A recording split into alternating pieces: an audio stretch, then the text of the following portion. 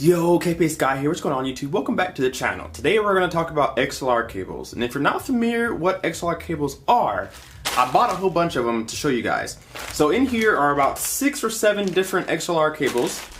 And I'll open one and show you what they are. So if you guys are familiar with like a microphone, like on a stage or a performance, you usually see those cables that connect your microphone. They look a lot like that. So on one end here, it's going to have 3 prongs. If I get, there you go, get the focus there. There's 3 prongs there, and there's one side as well. So what these do is they're going to connect my monolith amplifier to my Marantz 7705 preprocessor.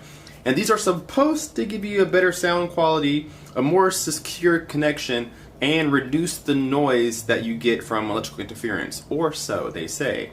So what we're going to do is we're going to first talk about what these are, what they're supposed to do, and then we're going to plug them up and I'll tell you guys what I think. So let's do it.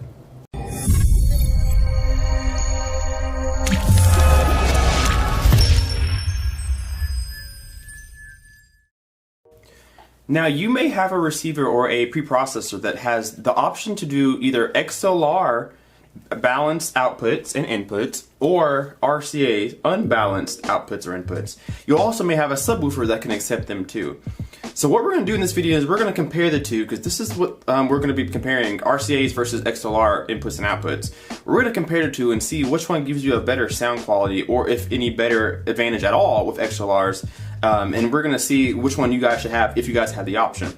Now let's start with talking about what these are supposed to do. So again, these are interconnects that are supposed to connect your amplifiers to a preprocessor or a microphone in this case, or even a AV receiver that has XLR outputs on the backside. My monolith amplifier has XLR inputs, and my Marantz processor has outputs on the back. And so we're going to actually hook these up and see if I can tell a difference between the two. Now the reason why people say you should go with XLR inputs and outputs is because of one of 3 things. One is you get a much secure connection. So with RCA cables, they kind of just plug in to your system and then you're done. Same with these, but these have a clip on the backside of them there that allow you to snap them into place versus resting them into place. So that's one reason why people go for XLR inputs and outputs. It's going to connect much smoother, much tighter to your equipment. The second reason is that these are balanced versus unbalanced. These have 3 pins inside of them there, as you guys can see. They have 3 pins inside of them on each end that connect to your equipment. These are just one unbalanced pin that goes straight in, and that's supposed to reduce the noise floor in your system. So if your system has a hiss or like a whine when there's no audio playing through your speakers, these are supposed to almost, if not completely, eliminate the hiss that you get when you're not listening to any audio. Now a good power conditioner can fix that problem too, but these are supposed to help with that. Now what we're going to do is see if I can tell any difference between the two. There's some debate up in the audio world that these are superior to RCA cables. There's some flack about these not doing anything at all. So what we're going to do is plug them straight up and we're going to find out right now. Alrighty guys, so we are in the media closet here where I keep my equipment. And again, we're using the Marantz 7705 preprocessor as well as the Monoprice Monolith 7 amplifier. So originally I was using the RCA cables here, the ones that I showed you in the beginning. I had RCA cables at first connecting my 2 equipments together, my 2 pieces of equipment together. But now I've unplugged those for you guys, and we're going to take the XLR cables and we're going to plug those up now. So if you're wondering what cables I got, these are the GLS Audio cables I got from Amazon. They go for 6 of them in a pack for $29, and you can get these right off Amazon straight to your door. Of course, they're color coded, so I can match the speakers with whatever I want to do. So for example, I have an orange one in my hand now, so I can call that front and left, and there's a blue one, a yellow one, a red one, a green one, and so on. So it helps with matching up your speakers so you know which one's going to which speaker. So what we're going to do now is, as you guys can see, I have 2 cameras going on the screen.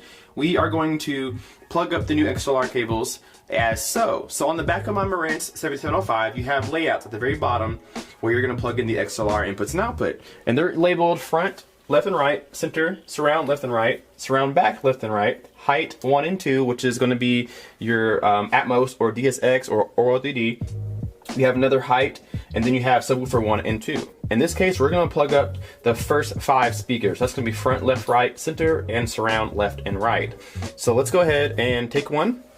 We're going to plug in this part here that doesn't have the cables, doesn't have the pins. We're going to plug that into the receiver, the amplifier, whatever you guys have.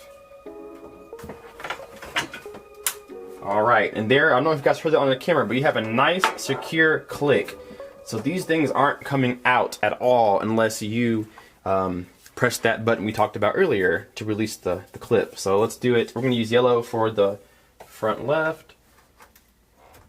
There we go. And we're going to continue to do this, so on and so forth.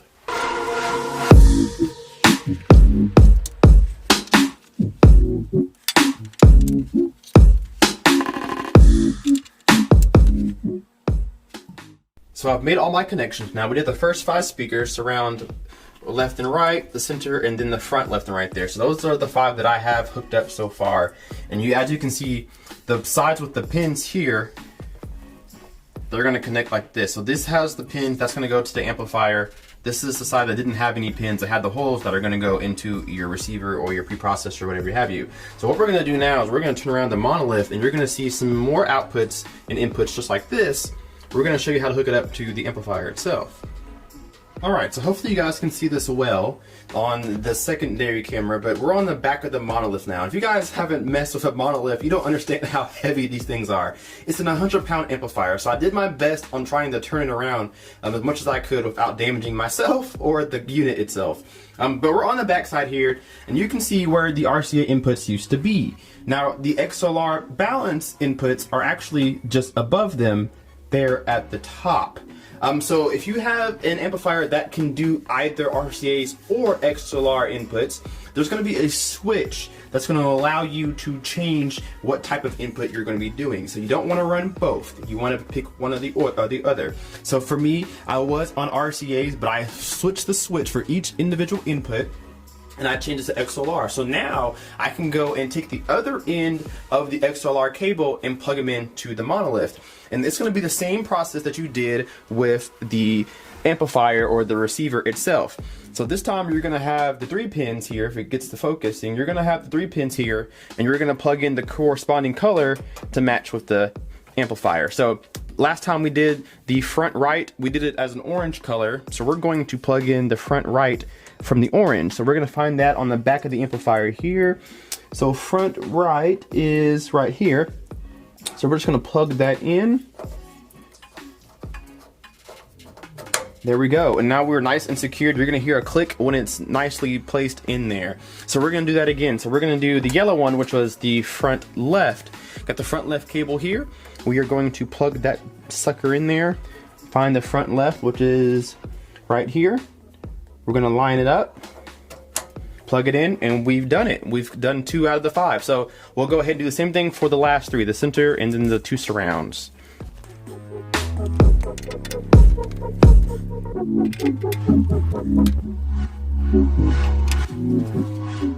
So now that we've had the 2 connections made, we have successfully bridged the monolith amplifier to the Marantz preprocessor. So we now should have sound coming from both.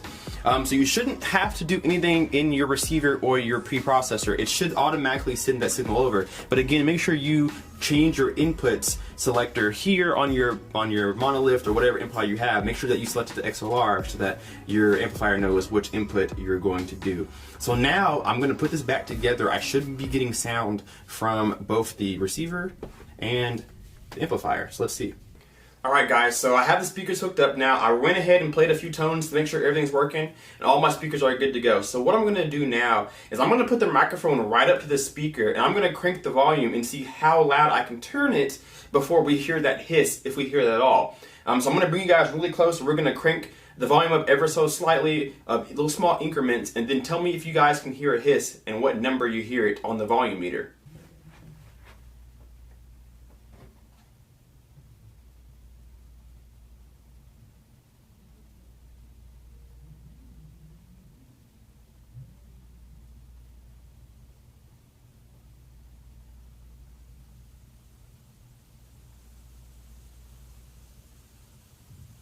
tell me in the comments below if you could hear the hiss and what number on the volume dial did you hear it. I can hear it right when you get right around -10 on up to 0, and 0 is reference level.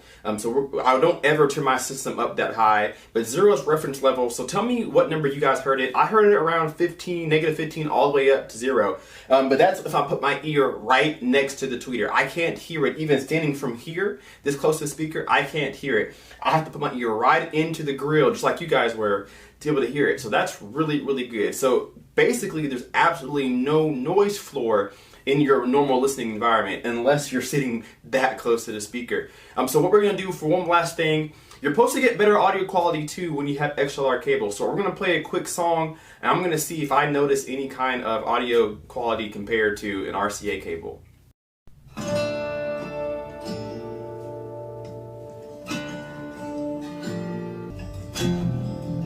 I heard you're going on a journey. Your route is laid out plain. I could be singing this song long after you're gone. Alright guys, so that was a small little test that I did. I listened to the full song. I can't play the full song on the screen because of copyright reasons, but I did listen to it on my own and it sounded phenomenal. Very, very good. But I don't think it sounds any better than just regular RCA cables. So with that being said, which one's the better option for you? I still personally think that XLR cables are the way to go if you have the choice of the two. I 100% recommend going XLR cables. One, because if it does reduce noise floor, it's something you absolutely want in your system. If it has a much tighter, more secure connection from receiver or amplifier, and they connect very, very seamlessly. So I, in that regard, will get an XLR cable for that reason by itself. They are a really thick cable compared to a lot of RCA cables out there, so it's better quality made stuff, most likely. And then you have balanced versus unbalanced inputs. Balanced inputs give you a lot better connection and transfer of sound or electric current to your speakers or to your amplifiers or whatever you have. So for me personally, even if I can't hear the difference in the two, if I don't notice it necessarily, I still will go XLR because they are balanced inputs and outputs, and they are a much, much secure connection, and they're just about the same price as a couple RCAs unless you get the cheaper ones, whatever. But that's gonna do it for this video, guys. I hope you enjoyed it. I hope you guys understand exactly what I was trying to convey, which one's better, which one's worse, or which one you should get. If you did, leave me a comment down below and let me know which one would you guys pick if you had the choice. Would you go with XLR cables or would you go with RCAs? Let me know that in a comment down below and why. Also, if you enjoyed this video, leave a like and subscribe while you're there. We'll see you guys in the next one. Kpaceguy out. Peace.